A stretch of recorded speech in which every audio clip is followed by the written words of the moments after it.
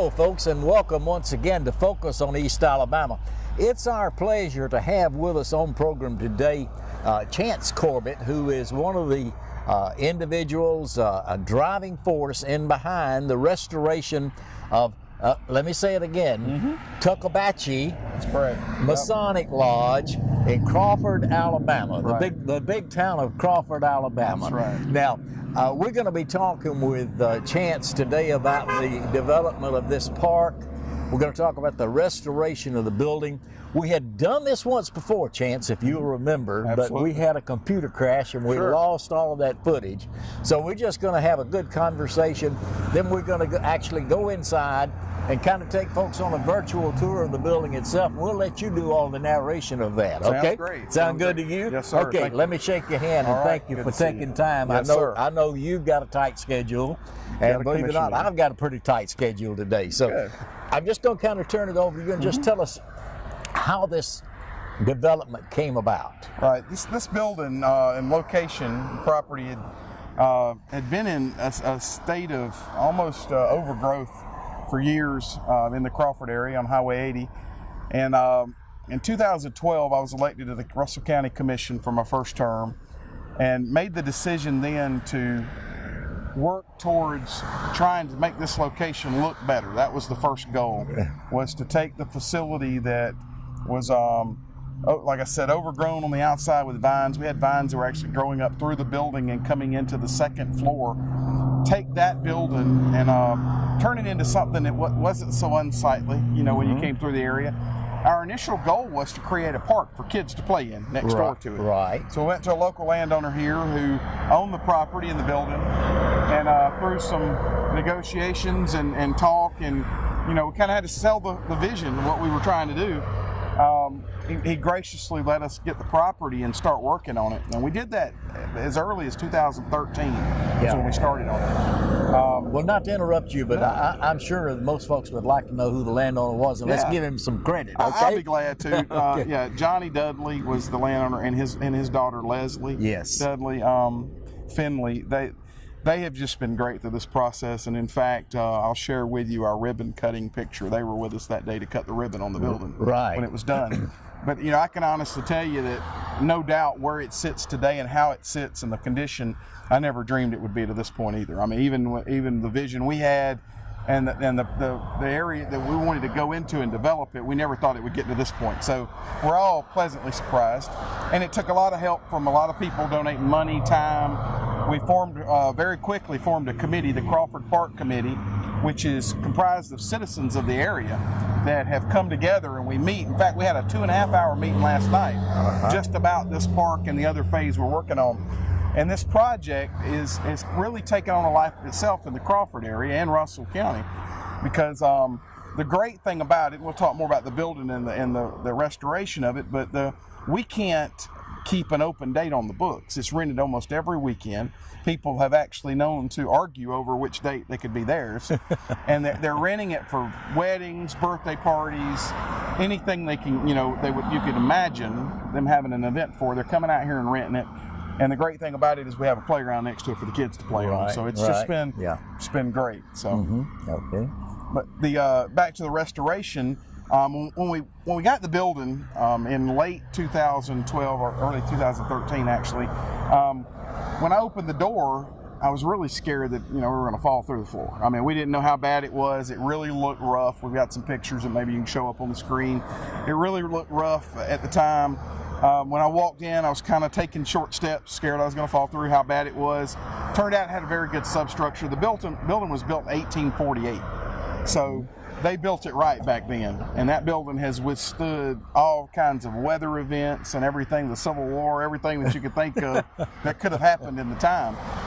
Stories are the troops marched right in front of it. The best story that we love to tell is, and I'm not even sure the origin, it came out of a book, was that when the Union troops came through, they actually messed up some houses and homes and buildings, but their leader that day actually had an affiliation with the Masons, and he would not let them touch this building. Oh, that's great. It's a great history. Hopefully it's true, and you know, we love telling that story. And You know, it just kind of adds to the flavor of what the area is, and to know that the age of this building, 1848, just is remarkable. And you did have one notable that did spend some time here too, and you have a good story about the door itself. Yeah. And a gentleman by the name of Davy Crockett. Well, right? actually, you know, early on we had a few people that were telling the story that Davy Crockett spent the night in the building, and we found out, it was funny because an older gentleman that's on our committee said, Chance, that is a great story, except Davy Crockett died almost 10 years before the building was built, so, or a little over 10 years. So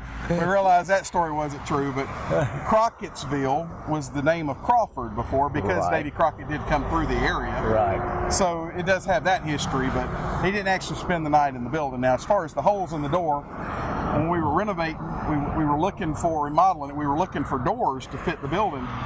And they had a covering over the doors, and we didn't realize it. One of our local, a friend of mine was one of the deputies actually had done cabinet work, was trying to help me find some doors. And he actually called me out here and said, I found you doors that fit perfect. I said, where? He said, right here, and he pulls the covering off the door, and it revealed the original doors. Okay. And they had bullet holes in them, and it was the greatest thing. You know, we left the bullet holes; they're still there. Right. And you know, who knows when that was? That could have been 1800s, early 1900s. We don't know, but it was very old, no doubt, because the doors have been covered for a while. But it just goes back to so many stories, and you'll see the inside and the work that went into it. All of the contractors that did work out here were local.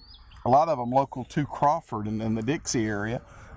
Hayden Home Improvement, he did a lot of work on this building. In fact, if he had not done us the deal that he had done, it would be hard to ever had this restoration. So we've had some very good folks out here. We've had the grass donated in the immediate area around the building by Frog Pond. It's been a great project. Right. Okay. Now I know that you were able to save the majority of the building. Now some of it did have to be replaced because it had really gotten in disrepair. Sure.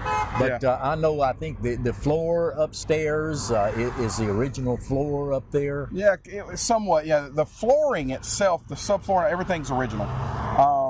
We had to replace the carpet upstairs, but we were able to save the star, the Eastern Star that was in the floor that was put in here by the Eastern Stars, which is the female version. I'm not a Mason, so I don't know all of the issues, but what I'm told is the females have a branch of the Masons and the Eastern Star, and they put the star there years ago. So we were able to save that in the floor and turn the upstairs into a museum for the Masons for two reasons. One, we wanted to honor the history of what the building was in the community, but also because the upstairs is not conducive to renting it. There's one way in, one way out. There's front steps on the front of the building, and if we were going to open that up for rentals and other events and things, we would have to add an elevator or another way out of the building for sure.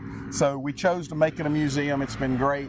The Masons next door in their new building that they built in 1995 actually have control of the upstairs and can open it up and do tours for people, you know, upon request for no charge. They've been really good about it. And they've kind of taken it on to go all over the state to find furniture to put in that building upstairs.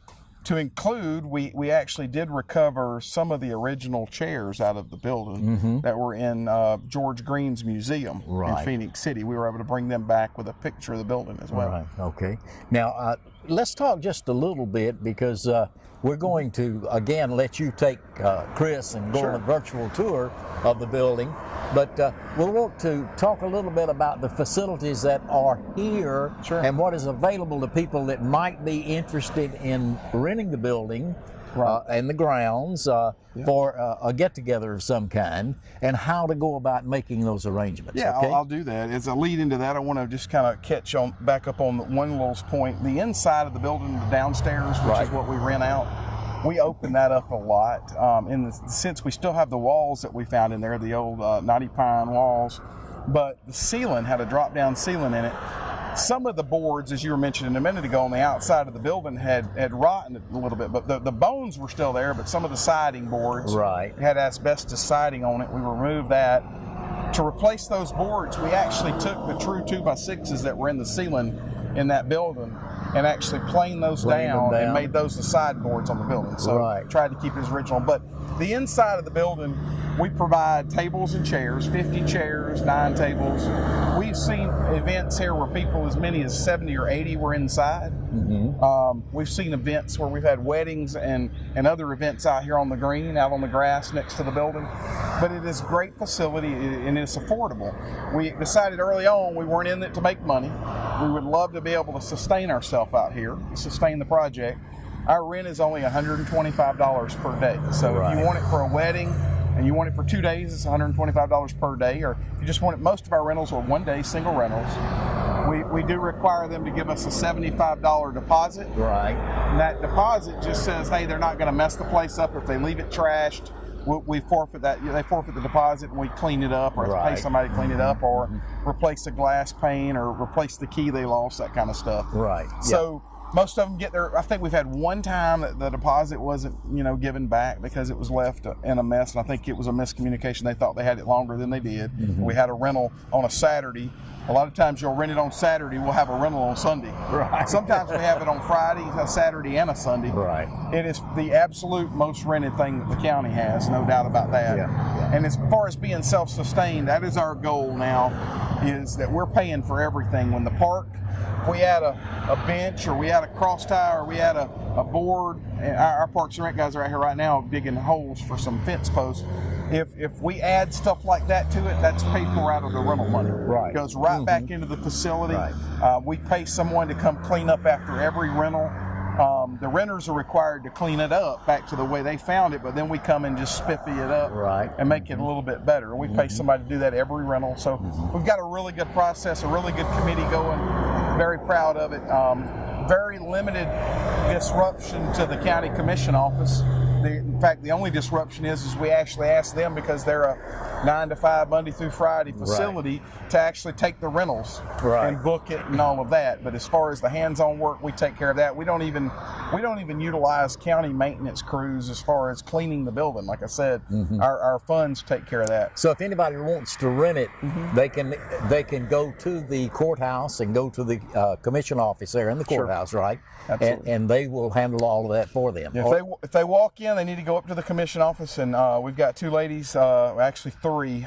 Carla Thomas, who's a local person here, Tina Riley, who is also local, and then Beth Monk is the 3rd backup. Beth will do it if both of them are gone, but those 3 ladies can book this facility, tell you if it's available first, book it, take your deposit, take your rent, and the day before the event, give you the key, and you're out here renting it. Another thing we might mention too, there is a complete kitchen here also, right? Absolutely. Well, complete kitchen, no, but we do have a kitchen prep area. What we have there is a double sink, preparation bar, a pretty large one that you put your food on, that kind of stuff.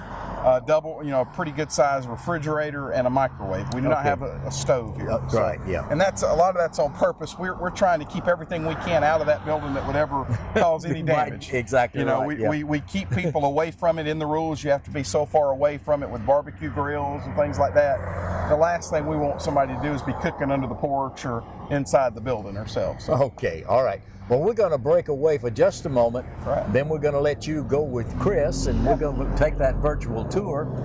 And I'm going to excuse myself, and we'll be back with more focus on East Alabama in just a moment.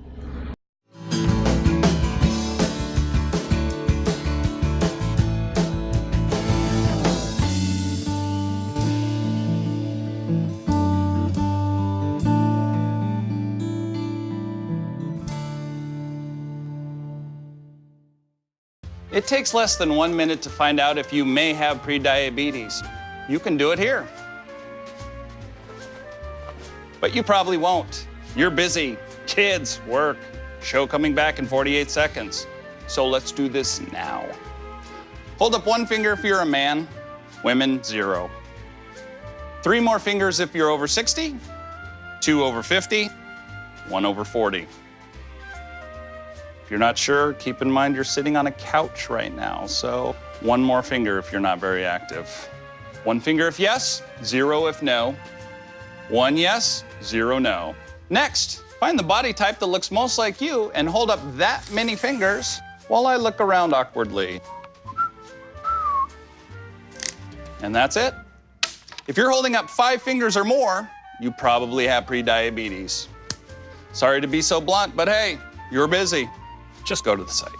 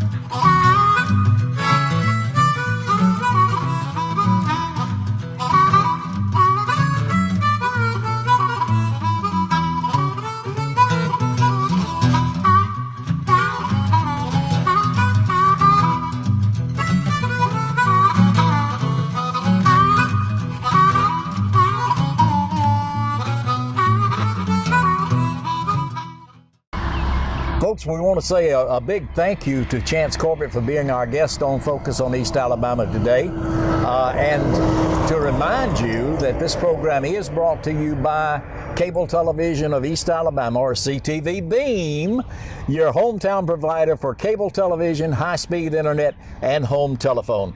We hope to see you for our next telecast.